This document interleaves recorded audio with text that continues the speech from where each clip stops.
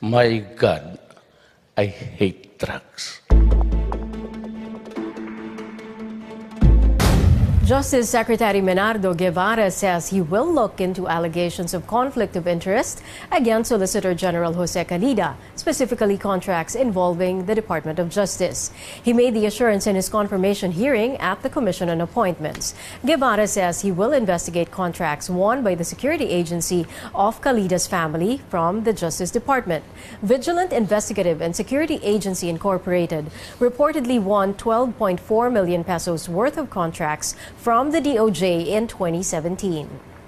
Ang concern ng DOJ principally is whether yung mga procurement laws, rules, and regulations have been followed. Kasi public bidding yan eh. Everyone is entitled to bid. For now, the presumption is regular on its face. Regular, not necessarily valid kasi hindi naman namin tinitingnan yung question of validity. As to the contract itself, wala namang sinasabi na invalid. Ha? Bakit invalid? Meron bang batas na nilabag? Procurement law? Nobody has come up with such an allegation. CNN Philippines is going straight to the source of the story. Solicitor General Jose Calida answers the accusations against him tomorrow. Catch his full interview with our senior anchor and correspondent Pinky Webb live at 9 in the morning. President Rodrigo Duterte says he will declare Boracay Island as a land reform area.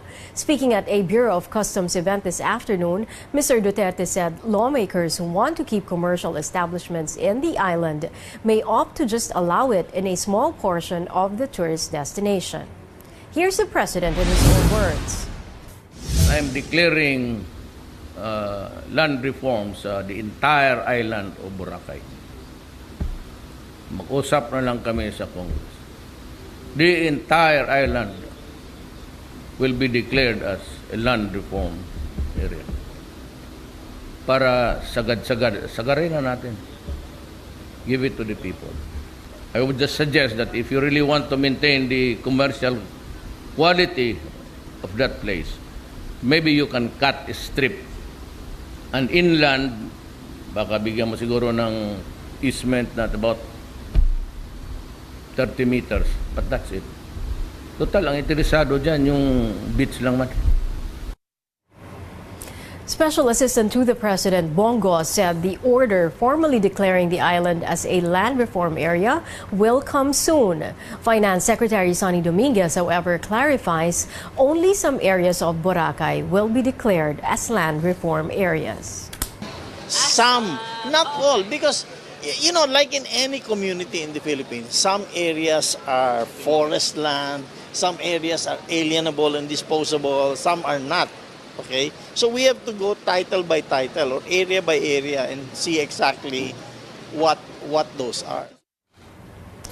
Dominguez says investors in the island should not worry about seeing their businesses shut down if they were able to secure necessary and valid permits for their shops. He says officials will have to check on businesses title by title in determining which ones can legally continue to operate.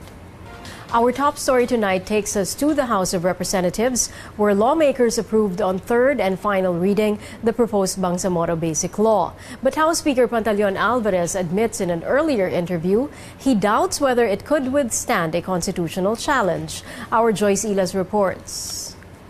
227 lawmakers voted in favor of House Bill 6475, or the proposed Bangsamoro Basic Law. 11 were against, 2 abstained. House Speaker Pantaleon Alvarez admits he is concerned about the bill's constitutionality. The proposed law will abolish the Autonomous Region in Muslim Mindanao, or ARMM, and establish a new Bangsamoro political entity and its basic structure of government. Some critics say the BBL cannot abolish and supplant the ARMM, which is the recognized entity under the Constitution. They believe abolishing the ARMM would require charter change. Alvarez is towing this line, but he says the matter is up to the High Court if someone will challenge the BBL's constitutionality. As a lawyer, I share that doubt. Talaga namang nasa Constitution yung ARMM eh. Kaya mo Supreme Court ang mag-decide dyan. Diba? Hindi kami yung magsasabi kung constitutional yan o hindi. Basta kami, merong proposal ito, BBL as a substitute doon sa ARMM law. So, gagawin namin. No? Now, anybody can question yung yung constitutionality nung gagawin namin. Again, Supreme Court pa rin ang ang magdi-decide kung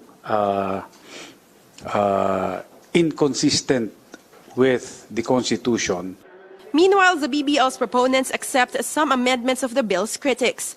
Among these, the controversial opt-in provision. Zamboanga City Representative Celso Lobregat says there will only be one plebiscite right after the BBL's passage. On the other hand, the Bangsamoro Transition Commission had proposed a plebiscite once every 5 years for the next 25 years, in case more areas want to be part of the Bangsamoro region. Also, the opt-in provision will apply only to all land-contiguous areas, where at least 10% of registered voters petitioned to be included before the plebiscite on the proposed law. Lawmakers had feared that this opt-in provision might result in an insidious expansion of the autonomous region on Bangsamoro. Lobregat says proponents also agreed there will only be one police force. While there will be a Bangsamoro police, they will be under the Philippine National Police. He adds the military will no longer have to coordinate its movement and protocols with the Bangsamoro region. I am substantially satisfied. Not Yun. fully, but substantially. That's very good enough. I think none of us are opposing.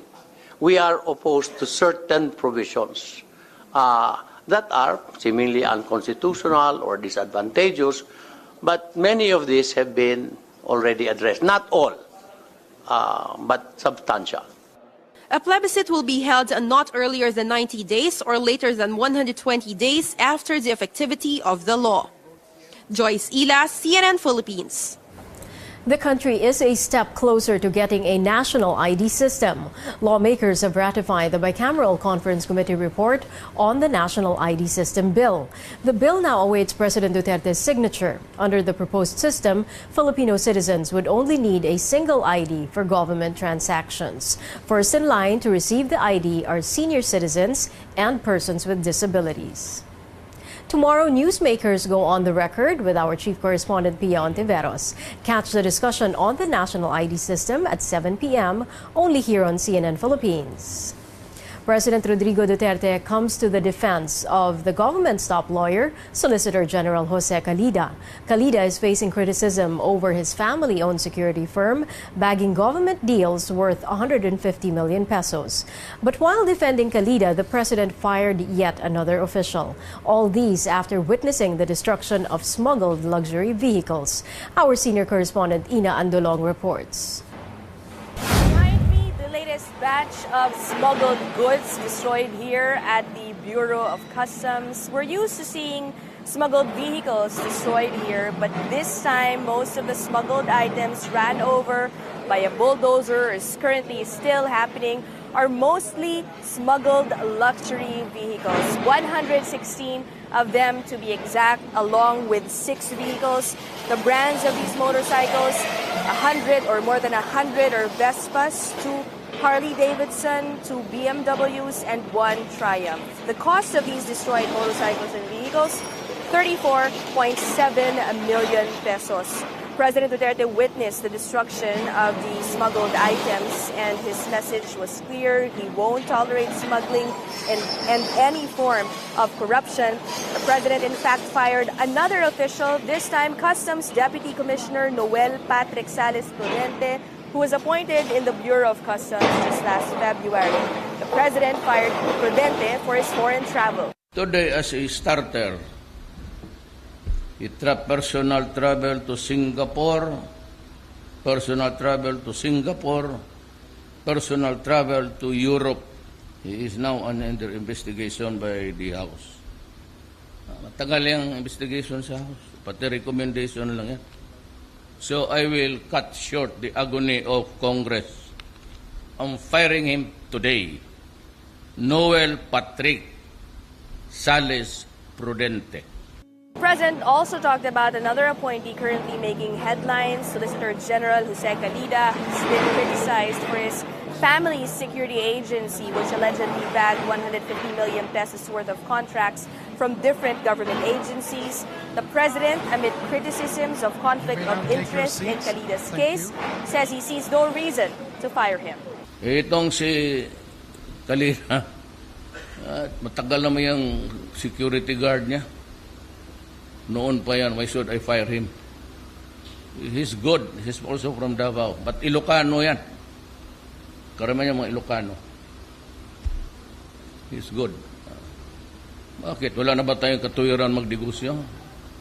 Ano nila is na, as long as you do not participate. President Duterte, addressing himself to corrupt officials, says rather than stealing from government coffers, if these officials need money for matters like hospital expenses and even weddings, no need to get into corruption. Just ask him for money and he will give it. The president says he will continue to pursue cases against corrupt officials, but also adds that if he receives intelligence reports saying that an official is engaged in corrupt acts, he won't hesitate to fire them right away. Ina Andalong, CNN Philippines.